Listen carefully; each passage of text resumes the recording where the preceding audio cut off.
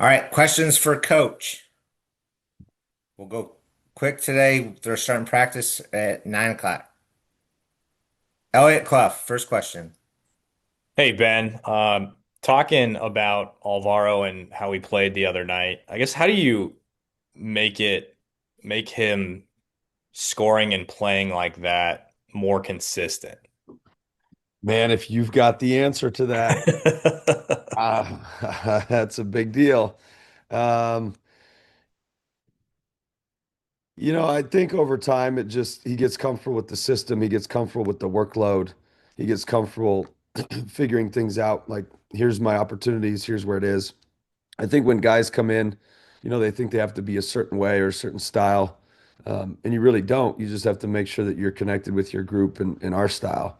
And he's really and again, you'll see it in spurts, where but it's always trending up. It'll be up and down, but it's always trending upwards. And he'll continue to do that. He'll continue to have games like that, but he'll always continue upwards. And you can see there's a major trend right now. So hopefully that occurs and continues, but we'll find out Saturday. Chad.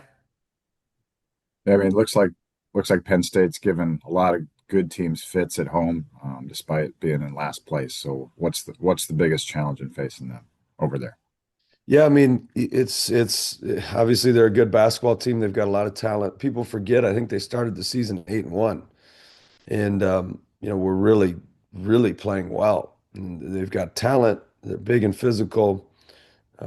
Coach has won a lot of games in his career, and so I think I guess the definition of insanity is doing the same thing over and over and expecting different results. So, when you go on the road, you got to make sure that you're ready to go and tuned up to start the game. Tom. Ben, sometimes up at Penn State, not a big crowd. Is it kind of one of those bring your own energy games where you can't kind of feed off of a crowd? You can and how do you approach that as a team? Yeah, sometimes that can be better as a team. I think it probably hurts the home team more than it hurts us. I think when you go into those environments, you go in and it's like, and you're at home and it's dead. It's a little bit trickier. But when you're on the road, sometimes that can benefit you where it's like, hey, let's just bring our own energy. Let's bring juice to this gym. And so, yeah, we'll find out once the game starts what kind of crowd they have. But we need to continue to bring our own energy and be ready to go for ourselves. Chris. Yeah, coach, with Cam Manuel and Caleb Combs having solid outings last game, just thinking about you bringing them both from Wyoming to Drake and then Drake to Iowa. I'm just looking to see how you've seen both of them improve as a duo from when you first brought them in at Drake to now. Yeah, you could see some things with both of them. I think Kale, it took him a little more time last year. I think Cam, he's got a really good top end, and you're seeing that top end more and more. I think both of them just had to learn the workload, had to learn how to win, had to learn, just the daily habits of being ready consistently. I think you're seeing that. I think for Cam, he's got great leadership qualities, where he can energize a room. And then Kale just continues to fight and continues to grow and get better. We're hoping for that they can continue down that path into next season. Chad. You're obviously way smarter than us. So tell me why would be a bad idea to um, bring Cooper off the bench with the kind of the way he's struggling. He's 8 for 35 over the last six from three. Yeah, I don't know that I'm smarter than anybody in this room other than James, but and Tyler. I don't know where he's coming from. Where is he at? He's on I'm an on a, airplane in Charlotte. I just Oh, my first flight just landed. I got you. Um, yeah, good question. I don't know. I think the tricky part is we've had this starting lineup. I do think we need to adjust something. I don't necessarily want to pull people in and out for punishment or just not playing well late in the season, just because I don't think that benefits anybody. I think if we make a change to the starting lineup, it's 100% because we need a different lineup. Meaning some groups just are not meshing well together and others are. And so I don't think it's as much somebody isn't playing well, whether it's, Bennett, Kale, Coop, Tavion, Cam, like it's not necessarily those guys not playing well. It's that the group isn't playing well together to start games. And so trying to find that natural thing, but then you also have to think in terms of um, when you do that and you put somebody in a different role. So let's say we change the starters and we put somebody else in the starting lineup. Now their deal changes. And so maybe they don't play as well because they're not as comfortable coming and starting. Everybody thinks they want to start till they start, right? It's like everybody thinks they want to be head coach till they got head coach problems. And so that's part of it. With Cooper, every shot that he missed in the last game was back rim. I thought the Wisconsin game was an off game. I thought last game he was on. I thought he just missed him. I thought it was long. I think his defense is really coming along.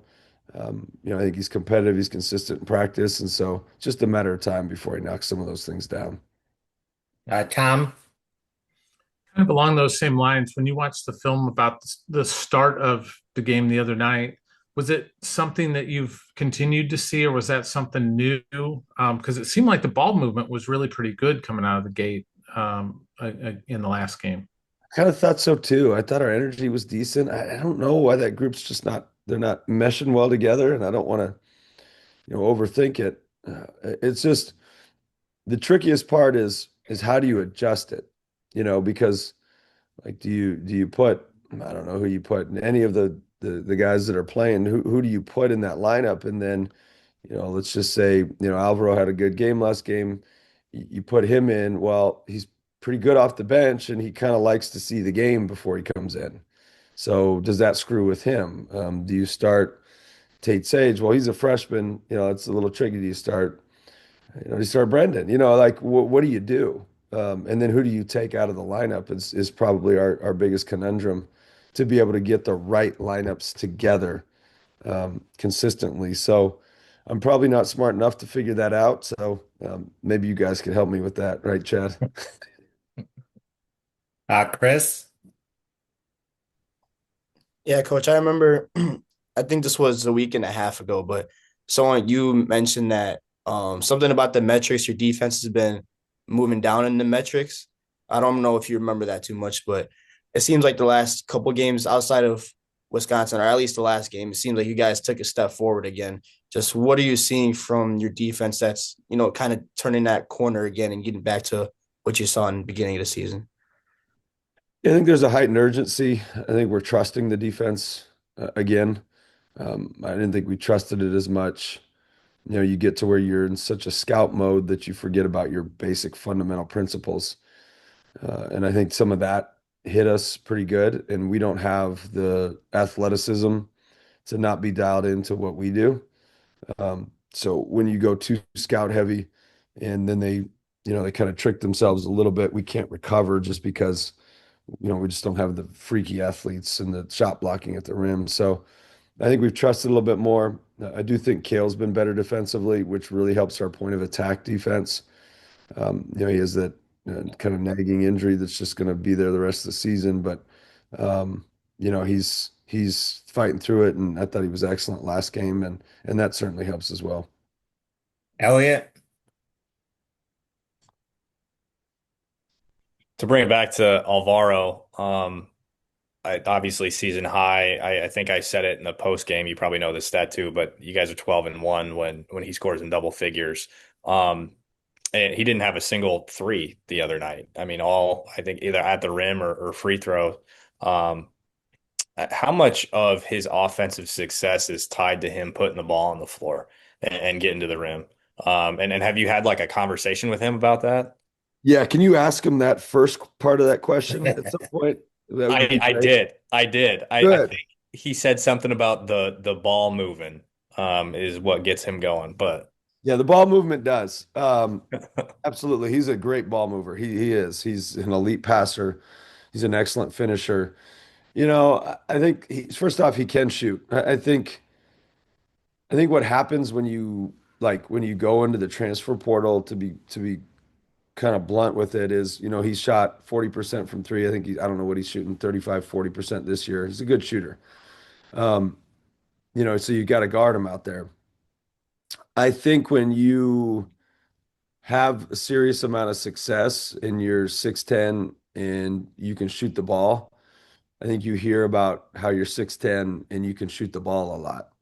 And I think for anybody, especially a kid, not a kid, but about to hopefully be a grown man, a 20 some year old, it's tricky because it's like, well, this is what I'm supposed to do to be productive for this team, is I'm supposed to shoot threes.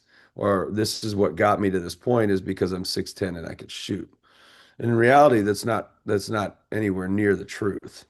But you hear that and you think that, and then, an outside noise says, well, you need to be able to shoot. You need to be able to do this. It's like, no, you don't. You just need to be who you are, because that's what makes you good, is like what you are. And so it's a trick for everybody. But I think in this transfer portal age, and especially somebody trending upwards, they get to a point because of a certain skill set, and then they think that's their only skill set. And I think he's realizing that's actually not what makes him valuable. But he is certainly a weapon from three as well. All right, final question, Coach Chris. Yeah, coach, this is a two-parter, but following up on what you just said about Kale's nagging injury, if you don't mind disclosing, what exactly is he dealing with? And the second part is, with this regular season coming down to a close, how do you, as a coach, keep guys as fresh as possible for what you guys got coming in March? Yeah, unless Kale really discloses it, I can't really say anything. So you'd probably have to ask him. And then the second part of that is, we try not to overly overthink the end of the season and just stop practicing. Like, we're still practicing pretty hard. Even yesterday we went pretty hard. Even, Bennett went pretty hard and he played 40 minutes. And so we just continue to do what we do. Maybe we shorten it and go harder, meaning go more intense.